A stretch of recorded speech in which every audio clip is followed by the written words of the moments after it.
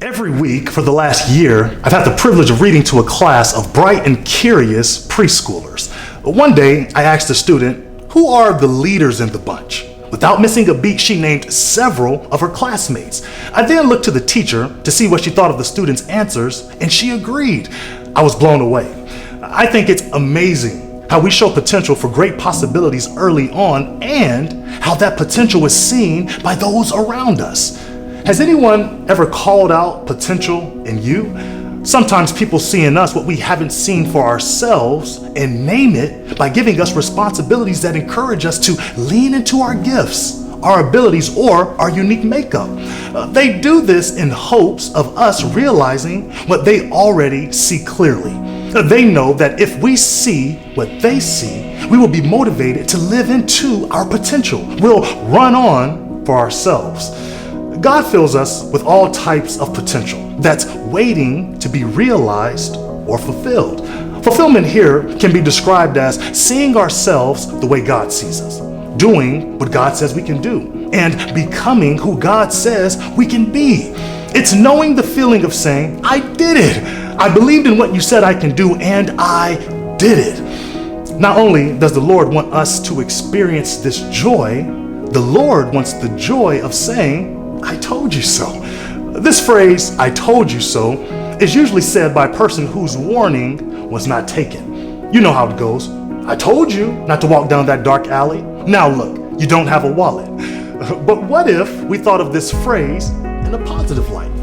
Imagine God filling you with all kinds of potential and encouraging you to act on it just so the Lord can say, I told you so. I told you that you were gifted. I told you that you were able. I told you they would listen. Yes, I told you it would work out.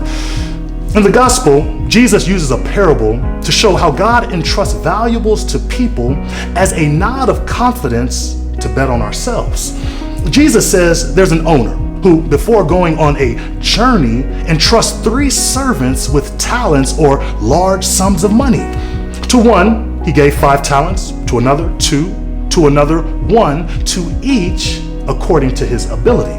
All 3 servants take what is given to them and do something with it. The one had received the 5 talents, went off and traded with them and made 5 more talents.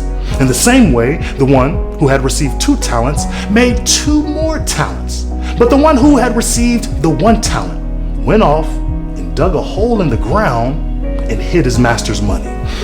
While they all accepted the talents, only 2 accept responsibility for them. They used their God-given abilities to respond to what was entrusted to them, and it produced more. Can you imagine their excitement seeing growth?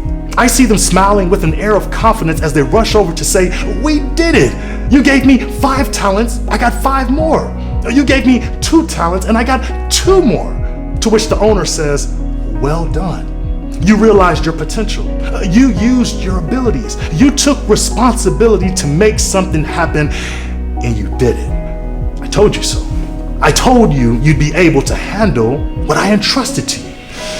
But then there's our friend who received 1 talent. He had potential like the other servants, which is why he too was entrusted with a talent. However, he never lived up to his potential because he didn't try. So he didn't see any profit. He didn't see any growth. Ultimately, he didn't get the joy of seeing himself as a capable servant the way the master saw him. This outcome enrages the master. We can say it's because he lost money. But when I think about this parable and our relationship with God, I think what's upsetting to God is seeing a well-able servant not bet on themselves. It's like the Lord saying, I know what you can do. I know your abilities. And the reason I'm angry is you're not willing to believe it yourself. My friends, God wants you to bet on yourself so you can have the joy of saying, I did it. And so that the Lord can have the joy of saying, I told you so. Who or what has God entrusted unto you? And what abilities do you have to care for these people or these things? Let the valuables God entrusts to you and your God-given abilities both serve as heavenly nods of confidence to bet on yourself. Peace.